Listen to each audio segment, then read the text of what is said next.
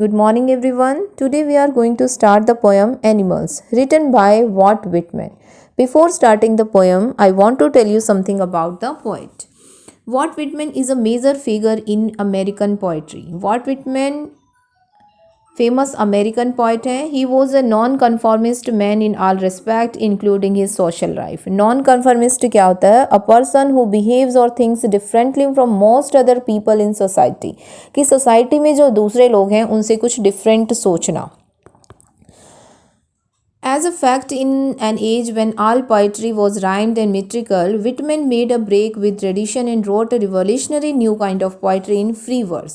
अब जब उनकी एज में सभी पोइट जो हैं वो राइम स्कीम के साथ पोइट्री लिख रहे थे, उस समय वॉल्ट विटमैन क्या करते हैं, इस ट्रेडिशन को ब्रेक कर देते हैं और वो कुछ डिफरेंट करते हैं और वे पोइट्री का एक नया काइंड जो है वो लिखते हैं. वो क्या था? Free verse. कि उन्होंने फ्री वर्स में पोइट्री लिखना शुरू किया.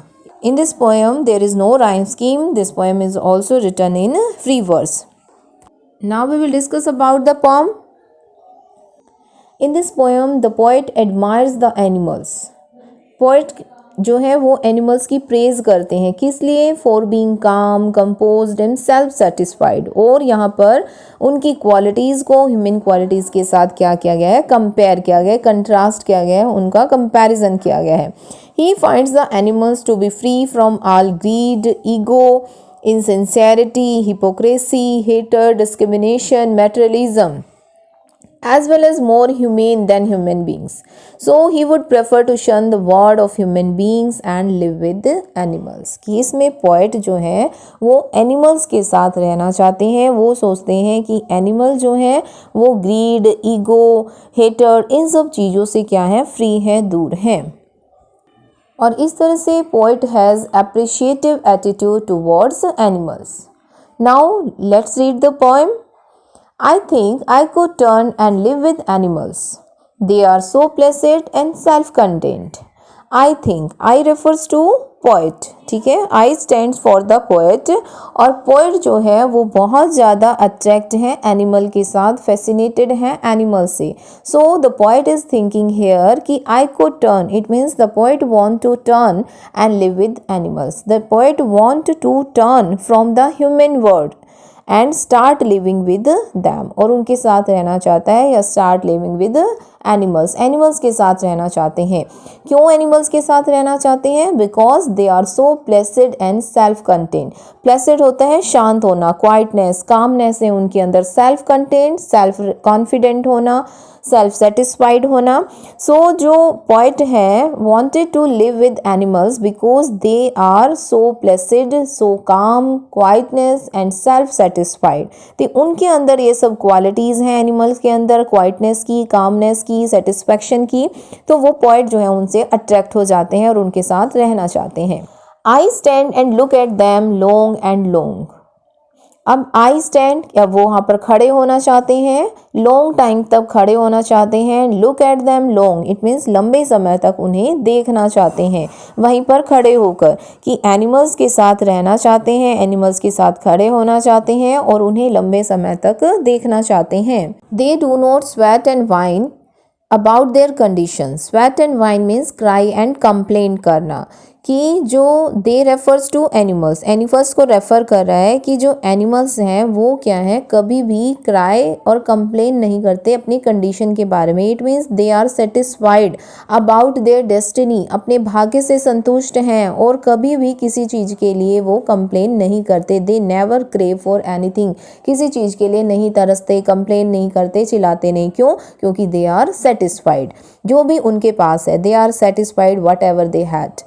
They do not lie awake in the dark and weep for their sins. Sins meaning यहाँ पर है क्राइम करना. ठीक है, तो वो क्राइम करते हैं. They do not lie awake in the dark. उन्हें डार्क में, अंधेरे में जाग कर नहीं लेटे रहते. मतलब यहाँ पर ये कहना चाहते हैं पोएट कि वो ऐसा कोई काम ही नहीं करते हैं जिसके लिए उन्हें रोना पड़े, पछताना पड़े और रात को जो है वो स्लीपलेस नाइट उन्हें स्पेंड करनी पड़े. जैसे कुछ गलत काम करते हैं और फिर अपने एक्शन को लेकर क्या करते हैं, रिपेंट करना, पछताना, अफसोस करना कि हमने ऐसा क्यों किया. तो इस तरह का कोई भी काम एनिमल्स नहीं करते हैं. इट मीन्स इसके अपोजिट कि जो ह्यूमन बींग्स है वो ऐसा करते हैं, वो क्राइम करते हैं, रॉन्ग डूइंग्स करते हैं, फिर रात को वो स्लीपलेस नाइट स्पेंड करते हैं, रोते हैं अपने एक्शंस के लिए, रिपेंट करते हैं, पश्चाताप करते हैं। They do not make me sick discussing their duty to God.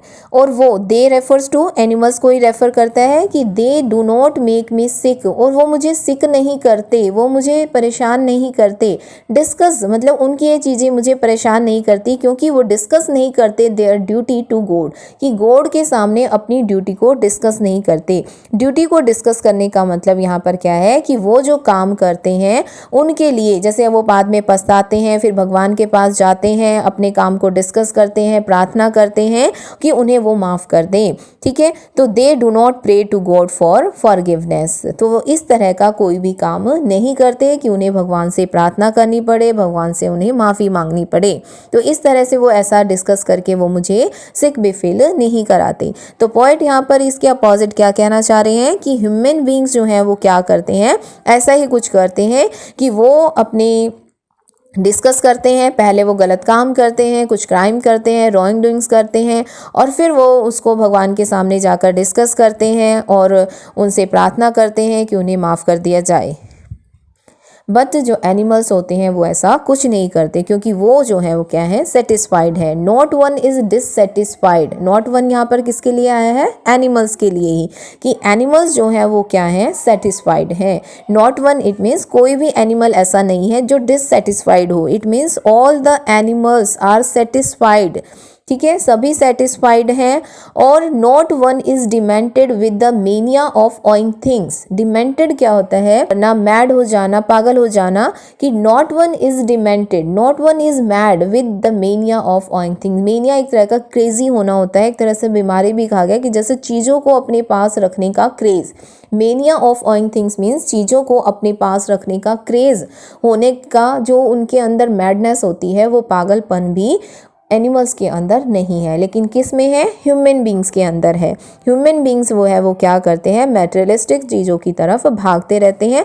मतलब ऐसा करके वो मतलब बहुत सारी चीज़ों को अपने पास रखना चाहते हैं और अपने आप को जो है वो सुपीरियर बनाना चाहते हैं दूसरों की बजाय। ठीक है, दूसरों से अपने आप को सुपीरियर दिखाना चाहते हैं, इसीलिए उनके अंदर जो है वो मेनिया होता है, चीज़ों को रखने का मेनिया, क्रेज़ होना ह्यूमन बींग्स के अंदर। बट एनिमल्स के अंदर ऐसा नहीं होता है। Not one kneels to another, nor to his kind that lived thousands of years ago. Not one kneels to another. It means कोई भी, according to poet, no animal kneels to another. कोई भी दूसरों के सामने नहीं झुकता, because all animals enjoy equal status. कि सभी क्या है, equal status enjoy करते हैं, equality को enjoy करते हैं। तो nobody has to bend before others. That lived thousand of years ago. It means जो बहुत समय जो ह्यूमन बींग्स होते हैं वो क्या करते थे कि वो दूसरों की काइंडनेस पाना चाहते थे। जो बहुत समय पहले जो लोग रहते थे, सेंट महात्मा जो होते थे या उनके एंसेस्टर जो होते थे, उनके सामने झुकते थे, उनसे प्रार्थना करते थे, उनकी काइंडनेस चाहते थे। बट एनिमल्स जो हैं उनके अंदर ऐसा कुछ नहीं है। Animals do not bow before any saint or their ancestor who lived a long time back in the past. Not one is respectable or unhappy over the whole earth. Not one वही animals के लिए आ रहा है कि कोई भी animals जो है वो रिस्पेक्टेबल का मीनिंग यहाँ पर क्या है, रिस्पेक्ट नहीं चाहता। रिस्पेक्ट कैसे नहीं चाहता, कि रिस्पेक्ट की क्लेम नहीं करते फ्रॉम अदर, दूसरों से। क्यों, क्योंकि सभी क्या है, इक्वल हैं, सभी इक्वली इंजॉय करते हैं, इक्वालिटी इंजॉय करते हैं। तो फिर ऐसा सुपीरियरिटी और इन्फीरियरिटी यहाँ पर ऐसा कुछ नहीं दिखाया जाता कि none is consider to be superior और इन्फीरियर टू द अदर्स। तो सभी क्या है, इक्वल हैं। और अनहैप्पी है, इट मीन्स सभी खुश हैं। ऐसा कुछ नहीं है कि कोई दुखी है, सैड है। तो इस तरह का नन इज बर्डन विद सोरो सैडनेस। किसी के पास भी सैडनेस का, सोरो का, दुख का कोई बर्डन नहीं है। सभी क्या हैं, बहुत खुश हैं ओवर द होल अर्थ। तो एनिमल्स के लिए आ रहा है कि एनिमल्स रिस्पेक्टेबल हैं, कभी किसी के सामने नहीं झुकते किसी की दया के लिए, और ना ही वो अनहैप्पी है। इट मीन्स सभी हैप्पी हैं। तो इसके अपोजिट पॉइंट हमें यहाँ पर बताना चाह रहे हैं कि जो ह्यूमन बींग्स हैं वो ऐसा करते हैं, वो अनहैप्पी हैप्पी हैं, क्योंकि वो ग्रीडी हैं, लालची हैं, दूसरों की काइंडनेस भी पाना चाहते हैं, रिस्पेक्ट भी चाहते हैं, अपनी सुपीरियरिटी भी चाहते हैं। तो ये सारे जो वॉइस हैं वो किसके अंदर है? ह्यूमन बींग्स के अंदर हैं। So they show their relations to me and I accept them. अब यहाँ पर पोएट हमें क्या बताते हैं कि दे शो देयर रिलेशन, कि पोएट यहाँ पर एनिमल्स के साथ जो रिलेशन है ना उसको अप्रिशिएट कर रहे हैं।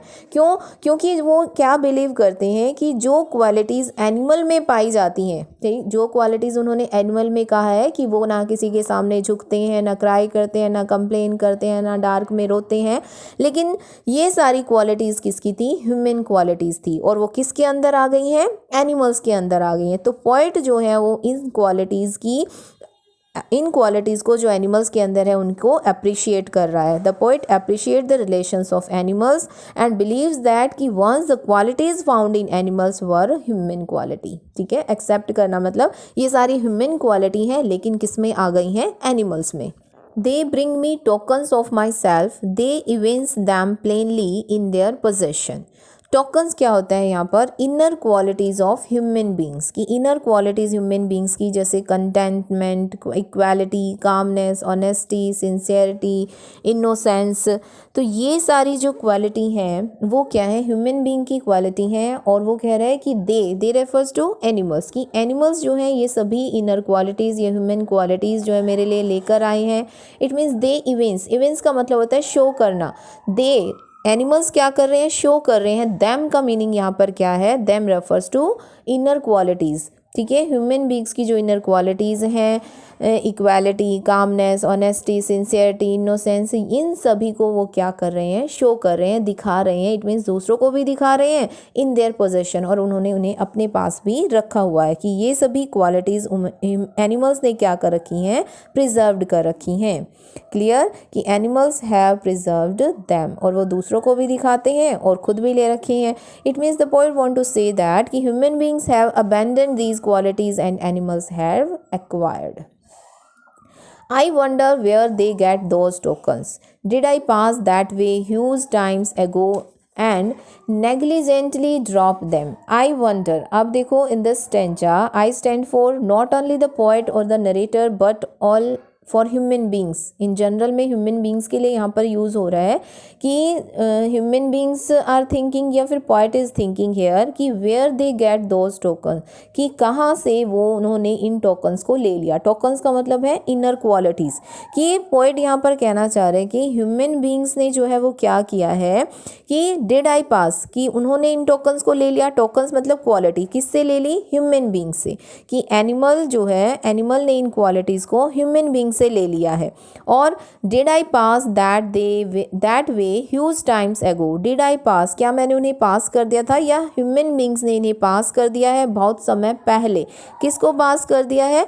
एनिमल्स को। तो पॉइंट यहाँ पर हमें बताना चाह रहे हैं कि किस तरह से animal have come to acquire the qualities that were exclusive to human beings once upon a time, कि बहुत समय पहले जो ये क्वालिटी ह्यूमन बींग्स की होती थी, अब उन्होंने इन क्वालिटीज़ को किसको पास कर दिया है? एनिमल्स को पास कर दिया। It means animal have acquired these qualities and negligently drop them. Negligently means carelessly इन सभी क्वालिटीज़ को ह्यूमन बींग्स ने क्या कर दिया? ड्रॉप कर दिया। Means human beings have abandoned them completely. और फिर animals have acquired the admirable traits. तो इन सभी गुणों को उन्होंने क्या कर लिया है? एडमायर कर लिया है या फिर ले लिया है।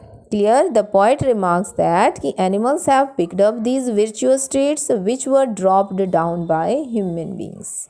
ठीक है, जो केयरलेसली ह्यूमन बींग्स ने ड्रॉप कर दिए थे, उन सभी गुणों को एनिमल्स ने ले लिया है। Through this poem, the poet wants to say that humans have lost their sanity while chasing the material goods. So the poet seems to give the message that कि human beings must try to rediscover and imbibe the virtues which they have lost in the process of civilization. Now we will discuss literary devices that have been used in this poem. First is alliteration. Alliteration means same sound at the beginning of the closely connected word. For example, I stand and look at them long and long. L sound has been repeated here. Next, I wonder where, w sound has been repeated, they get those tokens, the sound has been repeated. Next, repetition, repetition repeat करना single words या phrase या line, ठीक है, इसको जब बार बार repeat किया जाता है in whole stanza, that is called repetition. I stand and look at them long and long, long and long, long word has been repeated, that is called repetition. Metaphor means comparison between two things without using the word like or as. For example, they bring me tokens of myself. Here the word tokens has been used metaphorically for human qualities of innocence, honesty and contentment. Clear? But the comparison is indirect without the words of comparison, या without using the word like or as. Next, anaphora. Anaphora literary device क्या होती है? When the writer या poet repeats the same beginning of a clause or a sentence. जैसे यहाँ पर है, for example, they do not, they do not, they do not has been repeated 3 times. Clear? To emphasize the absence of some evil qualities in animals which we found in human beings. कि उनके अंदर इस तरह की qualities, evil qualities नहीं होती हैं जो ह्यूमन बींग्स में होती हैं. तो उस पर एम्फेसाइज करने के लिए उन्होंने, पोइट ने यूज़ किया दे do not, they do not. Similarly next stanza, not one has been repeated 2 times, और ये भी एनाफोरिक एक्सप्रेशन है. और यहाँ पर एम्फेसाइजेस दिया क्या, किस में किया गया है कि इक्वालिटी और कंटेंटमेंट जैसी क्वालिटीज़ जो हैं वो एनिमल्स के अंदर हैं. नेक्स्ट लिटरेरी डिवाइस इज पन. अब देखो पन लिटरेरी डिवाइस क्या होती है, in which a poet plays upon a word using it to mean different things at the same time to create a humorous or rhetorical effect. अब देखो पन का क्या मीनिंग होता है, एक ही वर्ड को 2 टाइम्स यूज़ किया गया है, बट दोनों टाइम उसका जो मीनिंग है वो क्या हो जाता है, डिफरेंट हो जाता है. For example, I stand and look at them long and long. अब देखो फर्स्ट लॉन्ग का मीनिंग यहाँ पर क्या है कि आई stand and look at them long, कि यहाँ पर 2 बार जैसे उसने यूज़ किया है, तो he stand and looks at the animals for a long time. First जो लॉन्ग है उसका मीनिंग है लॉन्ग टाइम, तब देखना, कि वह वहाँ पर खड़ा रहा, लुक्स एट द एनिमल्स को देखता रहा for a long time. And long, यहाँ पर लॉन्ग का मीनिंग है विश करना. It means the poet wishes to be one with them, the poet wants to live with them. Clear? Pun literary device. I hope you are getting well. Thank you so much.